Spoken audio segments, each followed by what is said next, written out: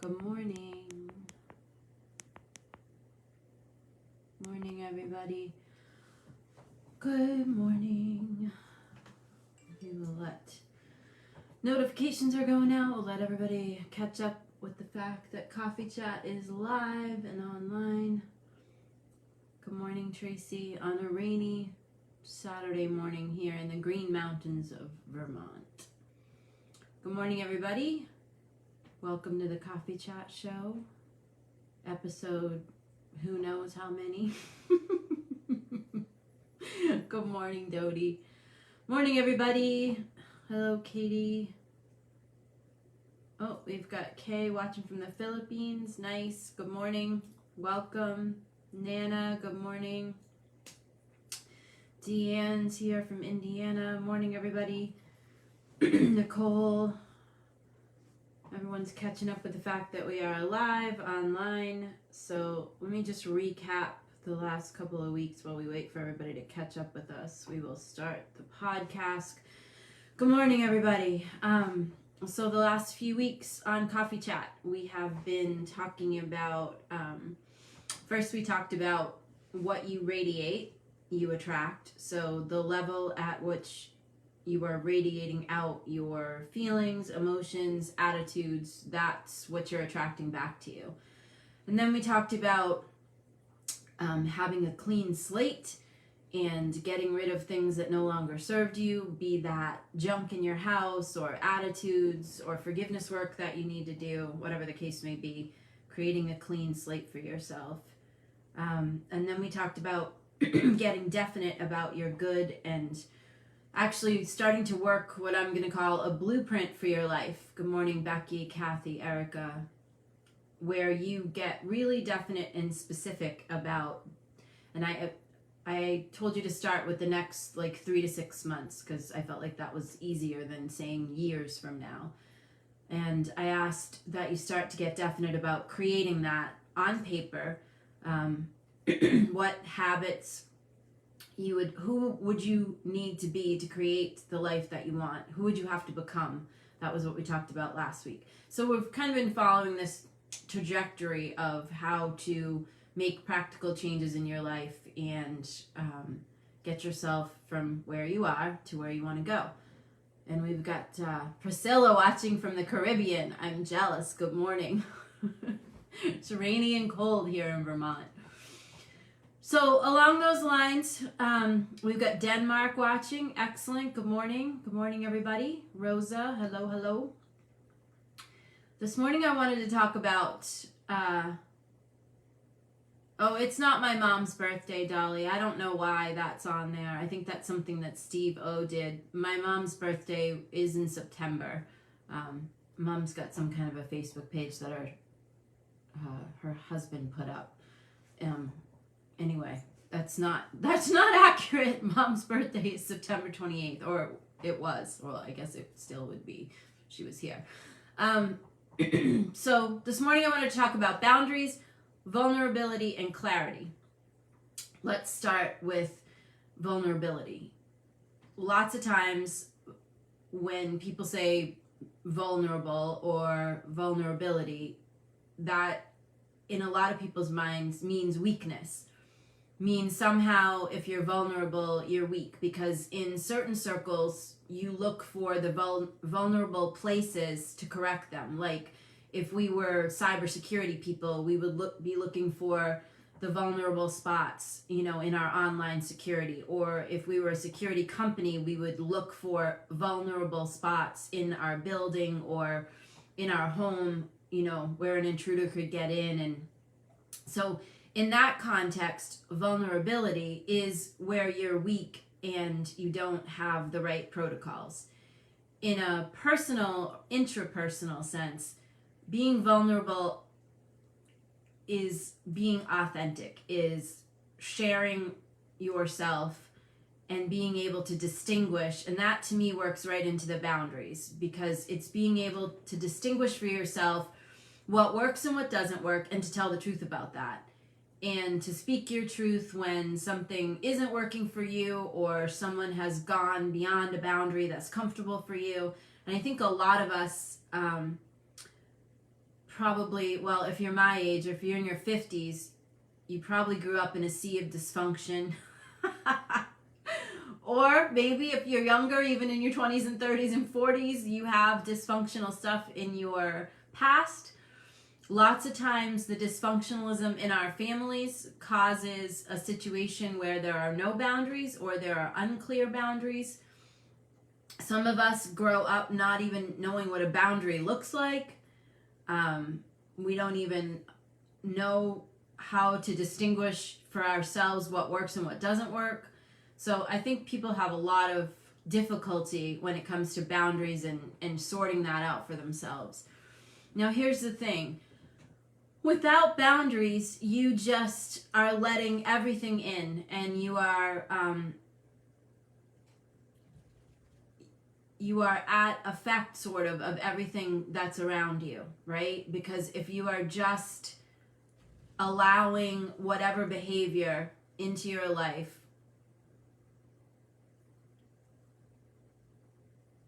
then you are at effect of that behavior constantly, and then that filters through to the rest of your life. So as younger people, if you grew up like I did with no boundaries, then when you get older, you don't really know how and what a boundary looks like. So then you have to learn, and then you really have to be okay with yourself when you set them, and that's where the clarity comes in, right? So this morning, again, we're talking about vulnerability, boundaries, and clarity, and how that relates to Noelle's here from Ireland, my namesake. Good morning. Someday I'm going to come and visit you, Noelle. I want to go to Ireland, and I want to go to Italy. Anyway, when you want to take your life from where it is to where you want it to be, and that's what we've been talking about like the past 3 or 4 weeks, you have to be able to set yourself up in a different way so that you will be able to receive the new good that you want to create for yourself, right? And so this kind of filters into that question I asked you last week of who would you have to become to generate the new good that you want? And often who we have to become is someone that's, vulnerable, which is authentic, someone who's very clear on what's okay and what's not okay, and what you want and what you don't want, and also someone who sets boundaries and makes it, again, very clear what's okay and what's not okay.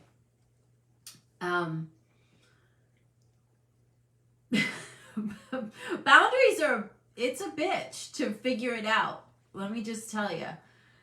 So what it looks like is, let's just say there's people in your life and they are, let's say, very reactive, or they're very dramatic, and they tend to draw you into their drama, and they're upset and they're crazy. Or let's say at work, there are situations that are unacceptable. People treat each other, incongruently and unkindly, and nobody speaks up about it. And it makes it not a nice place to work, and you don't feel good when you go there, like that. Or you're in a relationship where the other person is just taking liberties in the way that they're treating you or their actions, and it doesn't feel good to you. These are all areas that indicate where boundaries are required. And what a boundary really means is like you're drawing a line, like this behavior is not acceptable to me, and I won't tolerate it. And that's where the clarity comes in. Because in order to set your personal boundaries, or even begin to set them, or even begin to explore what that looks like, you have to have clarity. And Nana is reminding us in the comments that you have to learn to say no. And she's absolutely right. You have to learn to say no. You have to figure out what to say no to and what to say yes to. You have to be okay with saying no. And you have to be very clear, because when you have had no boundaries and all of a sudden you start to explore boundaries and start to set them and test them out, the people that have been getting away with the behaviors, they're going to be mad, because they're going to expect for you to follow along the same trajectory. They're going to expect to dump their bullshit on you and have you suck it up like you always do or like you always did. And all of a sudden, when you start to say, I'm sorry, no, this far and no further, a lot of people won't like that. The danger of not setting boundaries and not being clear is that it erodes your psyche, it erodes your health, it erodes your aliveness, it erodes your energy, because every time you tolerate a behavior or an action or participate in a conversation that you don't really want to participate in, or you say yes to something you really want to say no to, every time you do that, a little piece of you erodes. And a little piece of you gets stressed out about the fact that you really wanted to say no, but you said yes, right? So this goes for spouses, ex-spouses, kiddos, relationship partners, work folks, community stuff, anything that you're doing in your life. So many of us are afraid to say no. We're afraid of what people will think about us if we say no. We're afraid that we owe people something, so we say yes to things we don't want to do. We are unclear because we feel like clarity makes us vulnerable. And this is where this kind of thing about vulnerability, boundaries, and clarity is all connected in my mind. Because first of all, you have to be vulnerable with yourself to figure out where a boundary is required. Second of all, you have to be okay with saying no. And sometimes saying no is difficult. A lot of you are commenting and saying it's difficult to say no. Sometimes we feel bad when we say no. We are afraid of what people will think of us when we say no. I am guilty of this. Hugely guilty. I am revisiting boundaries myself, which is why I'm talking about it this morning. I found myself in some work situations over the last 7 days where, I took in a lot of emotional stuff that was going on, and I really should have set some boundaries. And I ended up with a migraine, and I ended up not feeling well, and I'm pretty sure it was because I just, a lot of us that grew up dysfunctionally, even though we might have gone to CODA, and which I did, and I still have that wish to fix and save. When you grow up with alcoholics, you think you can save them and fix them, and as a child, you are the one that's trying to keep stability and keep everything status quo and keep people from, going off the rails. And so you don't have any boundaries at that point because you're young, and in my case, you're 12 and 11 and you're trying to keep everybody, you think you're managing everything, which of course, is inaccurate, and it erodes everything. No matter how much work you do on this stuff, it still becomes our thrownness to want to fix and save. So I have done, I've gone to counseling, and I've done CODA, and I've done a lot of work over the years. I've done a lot of work over the years on all of this, and it's something that I have to work on. Millie's asking, what if you're witnessing bad behavior in your workplace and you want no part of it, but it's affecting your welfare? I would say, Millie, in that case, if you're in a work situation that you can't get out of, as in you can't leave the job or whatever the case may be, you always have control over how you respond. So you can make the choice to not react to whatever's happening in your workplace. You can make the choice to not respond and just remove yourself from the situation, or refuse to comment on the situation, or set some boundaries in the situation. Sometimes if we are in situations that we cannot get out of for whatever the reason, you can always control this. You can always control you, and you can always control the way that you are responding to something versus reacting to something. and the way that you're navigating through it. So lots of times when we find ourselves in a situation of crazy, our tendency is to engage in the crazy and try to fix and save or complain about it, or here's crazy and we go right in there because we think there's something we can do in there. And I have news for you. If people are engaging in crazy dysfunctional behavior, the only people that can save them from that is themselves. You can point them in directions of, protocols and things that can help them, therapy, counseling, books, seminars, YouTube videos. You can point people in the direction. Werner Erhard used to say you can lead a horse to water, but you can't make him drink. He was the founder of Landmark way back when. That is really something that I relearn on the daily. At almost 54 years old, I have to remind myself every day that I cannot save anyone. I cannot fix them. I cannot help them. I can merely coach them to see that there are solutions, coach them to see that there are avenues for assistance. It really comes down to if that person wants to change their behavior or not. Believe it or not, most people don't want to change their behavior. They want to just continue to complain that their life isn't the way that they want it to be, and they can't get the results that they want.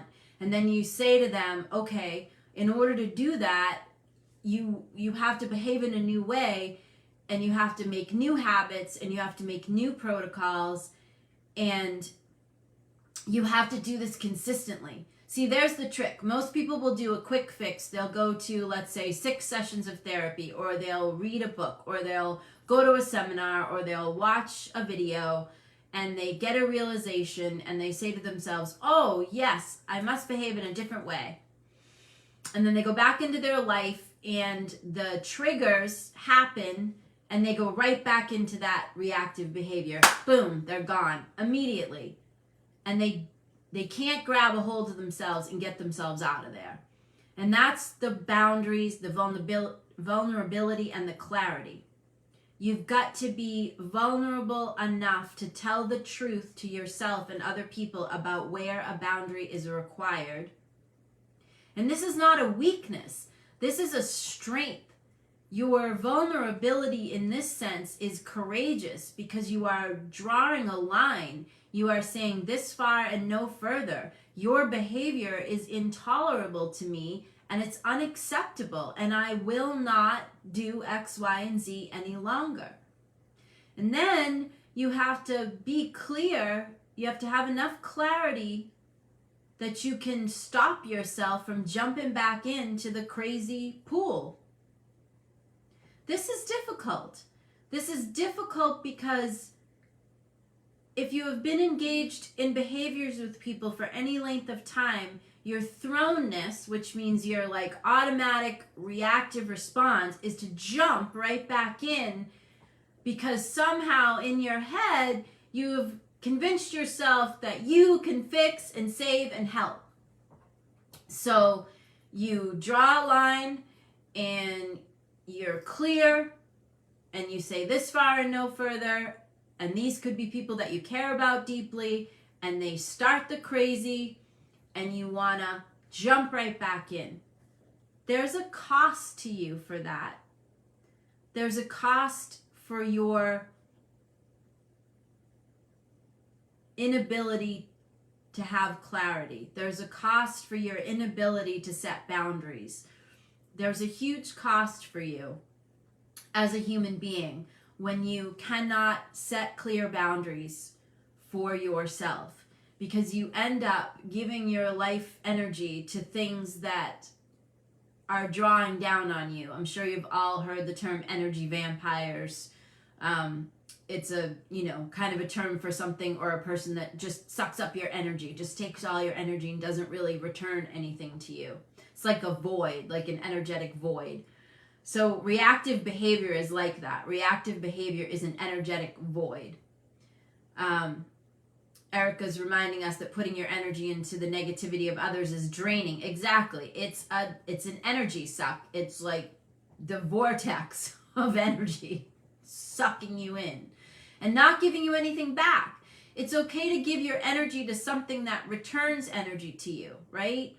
Somebody that, you're engaging and you're leading them to something that can help them, and then they're using that work or that conversation to rearrange themselves, and then they are coming back to you with feedback, and you can talk about it and you can help them, coach them to come to a different result for themselves.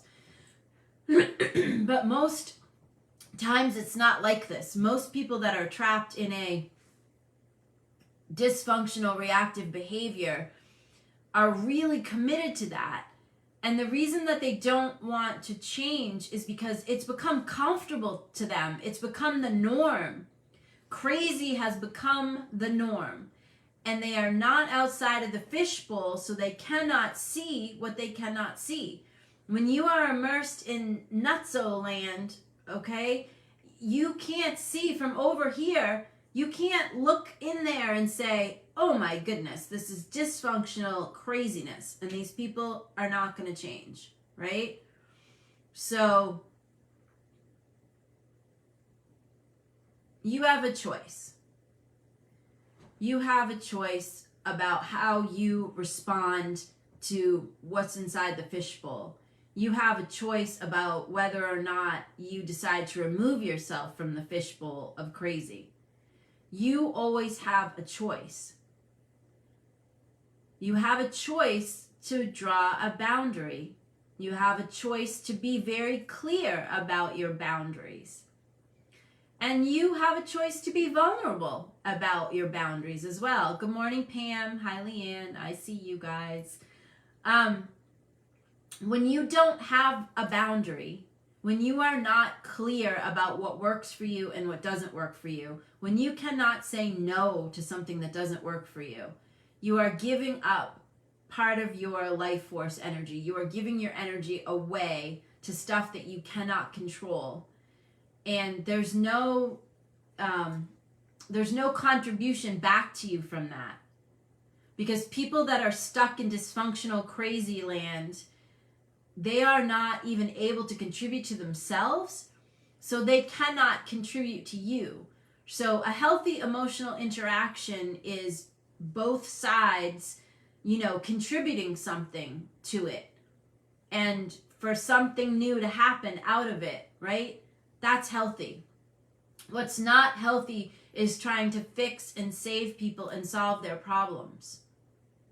A very good coach is someone who points the way to the solutions for people and allows people to work themselves around to their own solution and their own new behavior. And this is all, about habits too, which we're going to talk about habits next week. And we're still going to talk about boundaries. We're going to talk, because this is it's an important conversation. Creating new boundaries you have to form a new habit, right? Because your old habit is to, let's say your friend Bob, you're always like trying to help. Bob always has a drama, and every time Bob calls you, he's got a drama, and he goes on and on and on about his drama, and he doesn't even hear, like when you try to give a solution or a new perspective, he can't even hear you because he's so busy complaining about his life.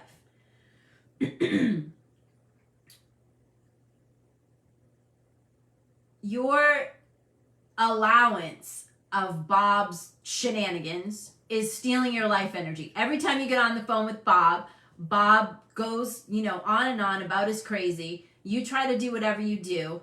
It doesn't make any difference at all. You hang up. You feel shitty.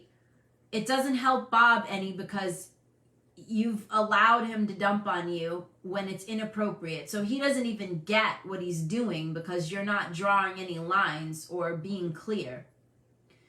So where the vulnerability comes into the habits and the boundaries and all that is, okay, so you're on the phone with Bob and he does his dance with you all the time. And now it's time for you to be vulnerable and clear enough with Bob to say, listen, I love you and you're my friend. However, your negativity, you're not getting anywhere. All you do is complain about what's wrong and what's happening in your life. And it's not helping anything. And I'm not helping you by allowing you to dump on me. And it's not doing anything for my life either. So if you want some suggestions about places you can go to solve some of these issues, I'm happy to give them to you. If you want to have a conversation that's productive, I'm happy to have that with you. But I will no longer engage in a conversation where you're just going to dump your negativity on me. So when you do this, Bob gets a wake-up call. And he's probably not going to like it, but it doesn't matter because you've drawn a line now. And now you can feel free that when Bob calls and he starts his nonsense, you can just remove yourself from the conversation and say goodbye. Okay? Now you have like some energy back. You can feel good about that you're no longer accepting someone just calling up and dumping on you.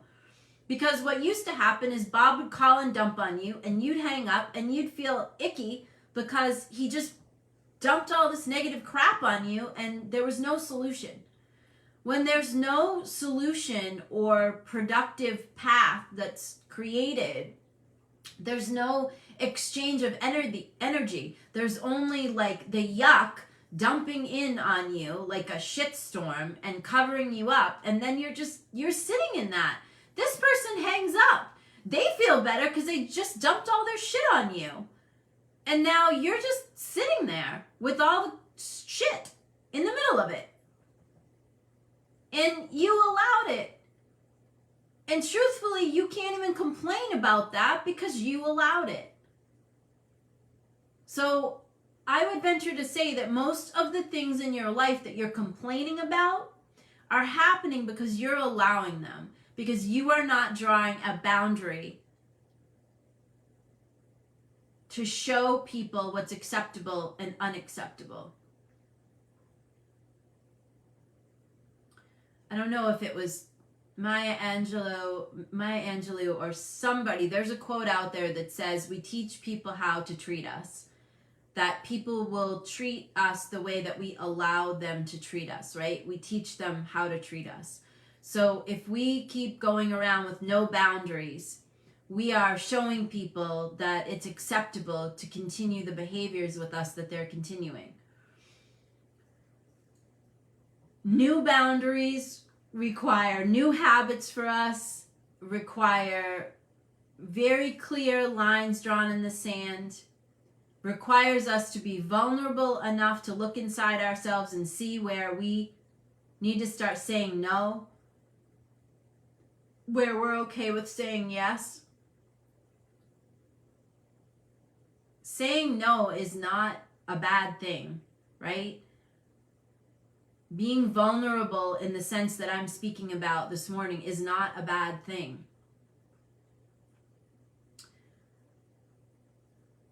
When you are vulnerable, you are authentic to yourself, in my opinion. You are telling the truth to yourself. That's the kind of vulnerability that I'm speaking about. Can you tell I need more coffee? You are telling the truth to yourself, and then that's where you see what the boundaries have to be, and then you start to be very clear about where to put them and where to draw those lines. So I think it's time for me to re-explore boundaries, and so I wanted to share that with you guys this morning because, as you know, I happen to be very authentic with you, and I'm always sharing with you kind of what's going on so that we can work it out together. It's not the first time that I've had to visit and revisit the boundary conversation. As I said, it's a difficult one. When you grow up with a bunch of dysfunctional shit, it is really difficult to set boundaries and keep them clear for yourself. And it's also difficult to say no because you want everyone to like you, right? I think that's the biggest reason that people don't say no when it's no, is because we're afraid of what other people will think about us. You're not doing yourself any favors by continuing to allow behaviors that don't work for you. You're not doing yourself any favors by allowing people to treat you in ways that don't work for you anymore. And you're not doing yourself any favors by accepting and engaging in behavior and conversations that don't serve you. They steal your energy, they steal your aliveness, and they steal your ability to move forward in your life, move ahead. So in order to, our whole thing on the coffee chat and my whole practical change, that content that I'm giving you on coffee chats is about having the life that you want to create rather than the life that you're settling for. And this is part of it, because I would ask you, what behaviors are you settling for right now? What are you allowing that's not okay with you? And what boundaries are required that you haven't been setting? So this is an ongoing conversation. We're at our 30-minute mark, so I try to keep this as short as possible for you guys every Saturday morning. So we'll continue this conversation next week. I would encourage you to start looking at, what behaviors are you tolerating that are not okay with you? And what are you allowing that really isn't okay? And where is clarity, vulnerability, and boundary setting required? And we'll continue to talk about this next week, and we'll add habits into our conversation next week as well. So as always, you can go to revealingleaders.com. There is a download for some coffee chat notes for March. It's more about what we've been talking about the last 3 weeks.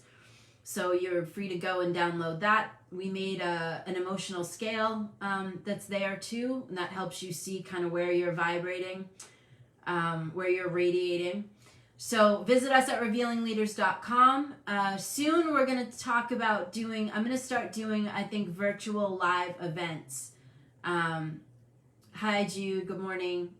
Jude, you probably want to go back and listen to this if you haven't.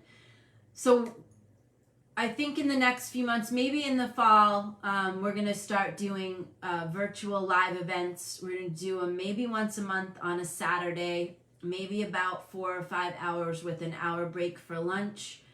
And we're going to keep it small so that I can really interact with you guys personally. So I think I'm going to limit it to 10 or 12 people.